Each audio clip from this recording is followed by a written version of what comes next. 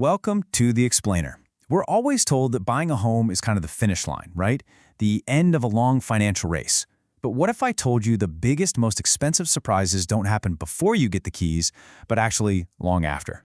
Right? This is the moment. You've scrimped and saved for that down payment, you got the thumbs up for the loan, you think the hard part's over. But honestly, for so many homeowners, the second they get those keys is when the real financial stress test kicks in. That mortgage payment you carefully budgeted for? Yeah, that's just the starting line. It's the floor, not the ceiling. You see, every house really has two price tags. There's the one everyone sees, the mortgage payment. That's just the tip of the iceberg.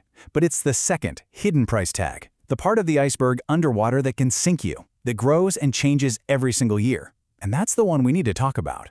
So just how big is this hidden price tag? Well, Zillow and Thumbtack actually ran the numbers, and what they found is kinda jaw-dropping. On average, homeowners are shelling out an extra $15,979. Yeah, per year. On top of the mortgage. Let that sink in. That's over $1,300 a month. And here's the real kicker. That number is climbing way faster than most people's paychecks are. It creates this constant financial squeeze that turns the dream of owning a home into a total nightmare.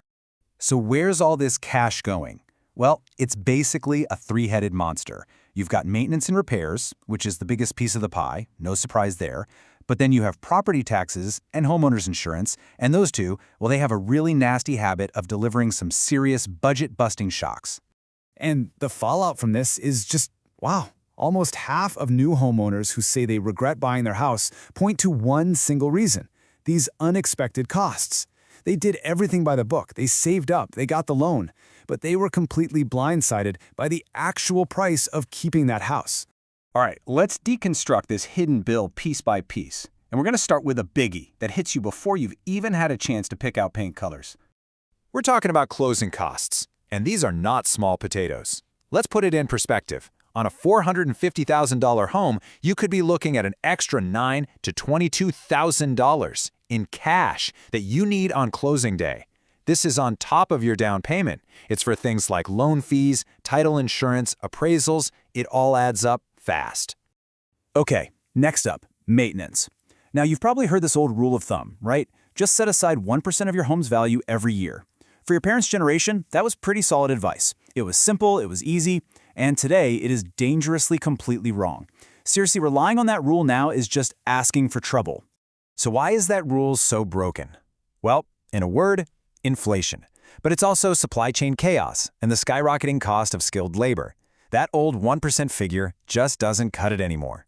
So what's the new rule? This is a really critical shift in how you've got to think about your money. Here's the modern playbook. The new rule is a range. Budget anywhere from 1% to 4%.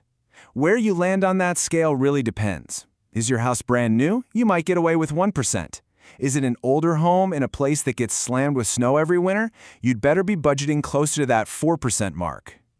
But it's not just about fixing a leaky roof. The other two costs, property taxes and insurance, are the ones that really sneak up on you. You know you have to pay them, but what most new homeowners just don't see coming is how wildly they can swing upwards, often with very little warning.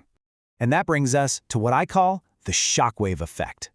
This is where a perfectly stable, predictable budget can get totally torpedoed by the two expenses people think are the most fixed: insurance and property taxes.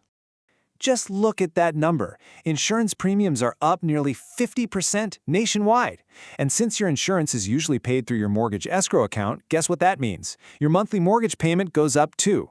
Insurers are dealing with huge new risks from floods, fires, and storms, and they're passing that cost right along to you. And if you live in a high-risk area, it gets even crazier. I mean, look at Miami. Premiums there have shot up 72% in just a few years. We're seeing this pattern in places like Florida, California, Texas. It's fundamentally changing how much it costs to own a home in these spots.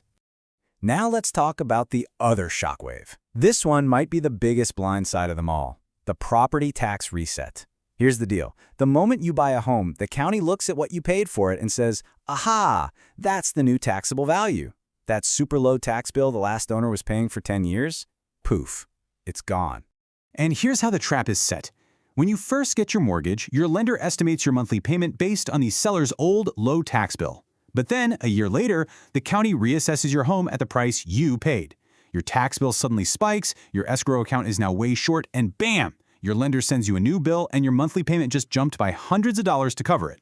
And trust me, this happens everywhere. States have different names for their laws, like Prop 13 in California or Save Our Homes in Florida, but the result is always the same. A sale triggers a reset. The bottom line you have to remember is this: whatever the seller was paying in property taxes is almost never what you're going to pay. So how in the world do you protect yourself from all this? Well, it really comes down to a huge shift in mindset. You have to stop thinking like a home buyer and start thinking like a home asset manager. This quote just nails it, doesn't it? Real affordability has nothing to do with what a bank says you can borrow. It's about having enough financial cushion to handle life's curveballs, like a busted water heater, so you can actually sleep at night. You're not just making a payment, you're managing a major asset. So here's your game plan for financial stability. Number 1, use the modern 1 to 4% rule for maintenance. 2, start a totally separate savings account just for home repairs. This is not your emergency fund. 3, that inspection report you get, don't just file it away, use it as a 5-year budget roadmap. And 4, maybe the most important, don't max out your loan. Leave a buffer for all these hidden costs. So, you see, it's not just about a simple payment anymore, is it? It's a long-term investment that you have to actively manage. Now look, the goal here isn't to scare you away from buying a home, it's to empower you to do it the right way. When you understand these hidden costs, you can turn all that potential stress into a predictable, powerful way to build real wealth. Thanks for watching The Explainer. If you found this helpful, do me a favor. Like, subscribe, and please share it with anyone you know who's thinking about buying a home.